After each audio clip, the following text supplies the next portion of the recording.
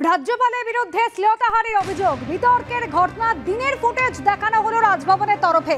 যে ফুটেজে দেখা যাচ্ছে বিকেল 5:32 থেকে বিকেল 6:41 পর্যন্ত। ফুটেজে দেখা যাচ্ছে রাজভবনের নর্থ গেটের সামনে লাগানো দুটো ক্যামেরার ছবি প্রকাশ্যে এনেছে রাজভবন।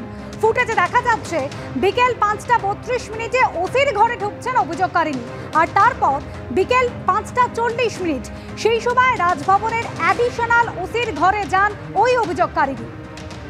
আমাদের প্রতিনিধি পার্থপ্রতিম ঘোষ রয়েছেন আমাদের সঙ্গে। পার্থপ্রতিম, যে ফুটেজ রাজভবনের তরফে সামনে আনা হয়েছে তাতে দেখা যাচ্ছে প্রথমে ওসি এবং তারপর অ্যাডিশনাল ওসির ঘরে যাচ্ছেন অভিযোগকারিনী। দেখো, নজিরবিহীন যে অভিযোগ আসে, গত 2 তারিখ তুমি দেখেছো যে রাজ্যপালের বিরুদ্ধে শ্লীলতাহানির অভিযোগ দায়ের হয় এবং অভিযোগ করেন অভিযোগকারিনী, এবং তার পরবর্তীকালে পুলিশ জানায় তারা কিন্তু গোটা বিষয়টা অনুসন্ধানে নামে।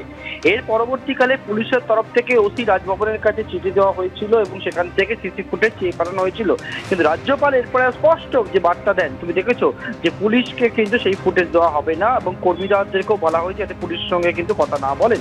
এবং তার পরবর্তীকালে একেবারে রাজভবনের তরফ থেকে আজকে একটি ব্যবস্থা করা হয়েছিল যার মাধ্যমে যে রাজভবনের ওই দিন কি হয়েছিল সেই বিষয়ে কিন্তু সিসি ফুটেজ চাইলে জনগণকে তিনি দেখাবেন। এবং যে ফুটেজ কিন্তু সামনে এসে দেখানো হচ্ছে সেটা হচ্ছে 2 তারিখ অর্থাৎ 2রা মের বিকেল 5:31 থেকে কিন্তু 6:40 পর্যন্ত ফুটেজ দেখানো হয়েছে রাজভবনের গেটে লাগানো দুটি ক্যামেরায়, এবং একটি হচ্ছে নর্থ সাইডে লাগানো ক্যামেরা, আর একটা হচ্ছে কিন্তু একেবারে মেন গেটের দিকে লাগানো ক্যামেরা। এই দুটি ক্যামেরা যে লাগানো ছিল সিসি ক্যামেরা, সেই ফুটেজ কিন্তু দেখানো হয়েছে এবং সেখানে দেখা যাচ্ছে অভিযোগকারিনী তিনি 5:32:55 নাগাদ রাজভবনের যে ক্যাম্পাস ভেতর থেকে সেখান থেকে তিনি আসছেন, একাই আসছেন হন্তদন্ত হয়ে, এবং এসে 5:32:55 নাগাদ তিনি কিন্তু ওসি রাজভবনের যে রুম রয়েছে, যে কাঁচের ঘরটি দেখতে পাচ্ছে দর্শকরা, একটা কাঁচের ঘর, সেখানে কিন্তু ঢুকে যাচ্ছেন। এবং সেখানে যাওয়ার পরবর্তীকালে সেখানে বেশ কিছুক্ষণ থাকার পর 5:40:18 নাগাদ দেখা যাচ্ছে ওই ওসির ঘর থেকে, রাজভবনের যে অফিসার রয়েছে ওসি রয়েছেন ওনার ঘর থেকে বেরিয়ে অ্যাডিশনাল ওসির যে রুম রয়েছে সেখানে কিন্তু যাচ্ছেন, এবং সেখানে গিয়ে তিনি 6:41 পর্যন্ত যে ফুটেজ দেখানো হয়েছে রাজভবনের তরফ থেকে সেখানে কিন্তু ওসির যে ঘর, সেখানে অ্যাডিশনাল ওসির ঘর সেখানে কিন্তু রয়েছেন। অর্থাৎ 2 তারিখের যে ঘটনাটি ঘটে সেই ঘটনার পরিপ্রেক্ষিতে গেটের কাছে লাগানো দুটি ক্যামেরা, সেই ক্যামেরার ফুটেজ দেখানো হয়েছে রাজভবনের তরফ থেকে, যেখানে দেখা যাচ্ছে অভিযোগকারিনী তিনি ঢুকছেন একবার ওসির ঘরে, রাজভবনের ওসির ঘরে, এবং তার পরবর্তীকালে দেখা যাচ্ছে অ্যাডিশনাল ওসির ঘরে ঢুকছেন। এবং দেখতে পাচ্ছ প্রচুর সংখ্যায় পুলিশ ওই দিন কিন্তু ওখানে রয়েছে, মোতায়েন রয়েছে, প্রচুর সংখ্যায় পুলিশ রয়েছে। কারণ তুমি জানো ওই দিনকে প্রধানমন্ত্রী নরেন্দ্র মোদী তিনি কিন্তু এসেছিলেন এবং তার জন্য আগে থেকে প্রিপারেশন, যে রাত্রিবাস করবেন প্রধানমন্ত্রী, তার জন্য প্রচুর সংখ্যায় পুলিশ ছিল। অর্থাৎ 2 তারিখের যে ঘটনা, অভিযোগকারিনী যেটা দাবি করেন, যেটা অভিযোগ করেন যে 24 তারিখ এবং 2 তারিখ দুবার কিন্তু শ্লীলতাহানি করা হয়েছিল, কনফারেন্স রুমে শ্লীলতাহানি করা হয়। কিন্তু যে ফুটেজ দেখানো হলো আজকে, সেখান থেকে দেখা যাচ্ছে স্পষ্টভাবে যে অভিযোগকারিনী তিনি একা আসছেন এবং এসে আবারও বলবো ঘড়ির কাঁটায় 5:32:55 নাগাদ ওসির ঘরে ঢুকছেন, 5:40:18 নাগাদ তিনি কিন্তু অ্যাডিশনাল ওসির ঘরে ঢুকছেন, এবং সেইখানে 6:41 পর্যন্ত যে ফুটেজ দেখানো হয়েছে সেই অ্যাডিশনাল ওসির ঘরেই কিন্তু অভিযোগকারী তিনি কিন্তু ছিলেন, তেমনটাই কিন্তু সেই ফুটেজ প্রকাশ করে দেখানো হয়েছে। একেবারে পার্থ, তুমি সঙ্গে থাকো। যে ফুটেজ প্রকাশ্যে আনা হয়েছে তাতে দেখা যাচ্ছে বিকেল 6:41 পর্যন্ত রাজভবনে অ্যাডিশনাল ওসির ঘরে ছিলেন সেই অভিযোগকারিনী। এই দুটি ফুটেজ প্রকাশ্যে এনেছে রাজভবন। আমাদের প্রতিনিধি রুমা পাল এই মুহূর্তে রয়েছেন আমাদের সঙ্গে। রুমা, একেবারে রাজভবনের নর্থ গেটের সামনে যে দুটি ক্যামেরা, সেই ক্যামেরার ফুটেজ প্রকাশ্যে এনেছে রাজভবন, কিছু বলা হয়েছে রাজভবনের তরফে?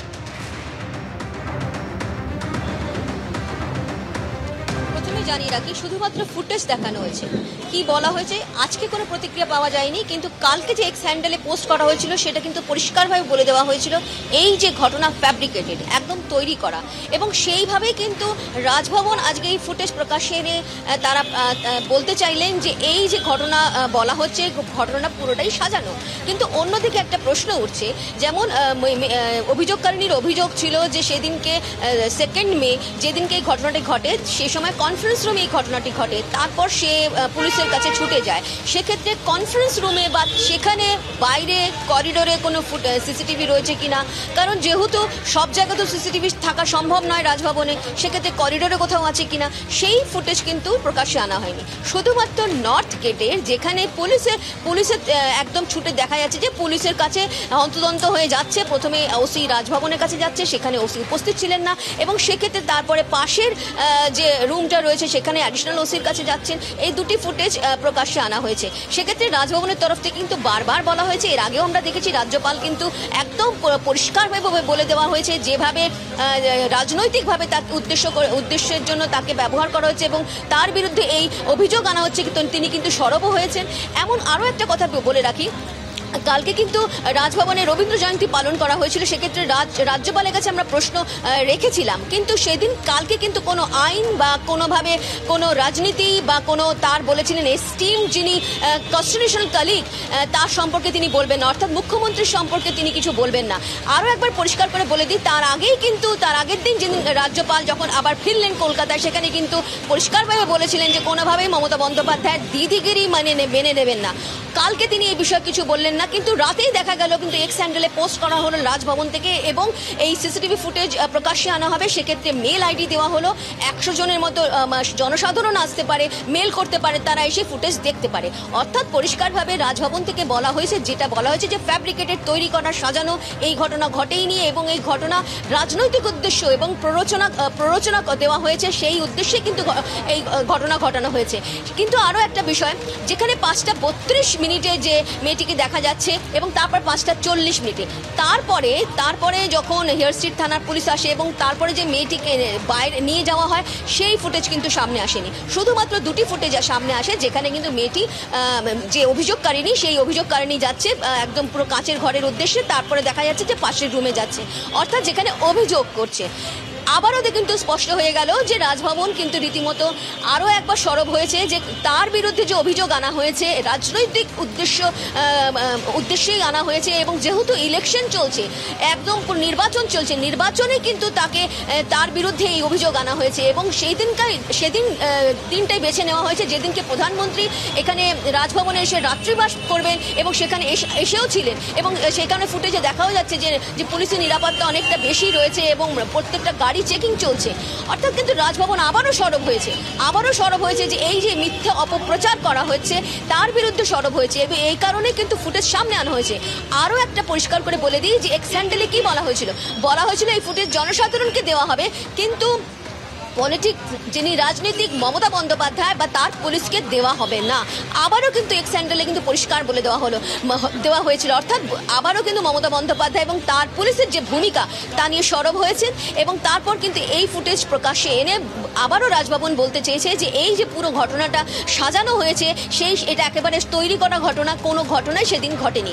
তবে একটা প্রশ্ন থেকে যাচ্ছে, অভিযোগকারিনী যে অভিযোগ করেছিল যে 2 দিন এই ঘটনাটি এরম ধরনের ঘটনা ঘটেছে, সেটা একটা 24 এপ্রিল বলেছে এবং আরেকটা বলেছিল 2 মে, এবং 2 মে কনফারেন্স রুমে এই ধরনের কুপ্রস্তাব দেওয়া হয়েছে এবং এই শ্লীলতাহানি করা হয়েছে, এমনটা অভিযোগ ছিল অভিযোগকারিনী। তারপরে সেখানকার কিন্তু কোনো আদৌ আছে কিনা এটা একটা এনকোয়ারির বিষয়, কারণ পুলিশ কিন্তু অনুসন্ধান করছে, এবং সেক্ষেত্রে পুলিশ এর আগে জানিয়ে রাখি যে পুলিশ কিন্তু ইতিমধ্যেই সিসিটিভি ফুটেজ চেয়েছিল।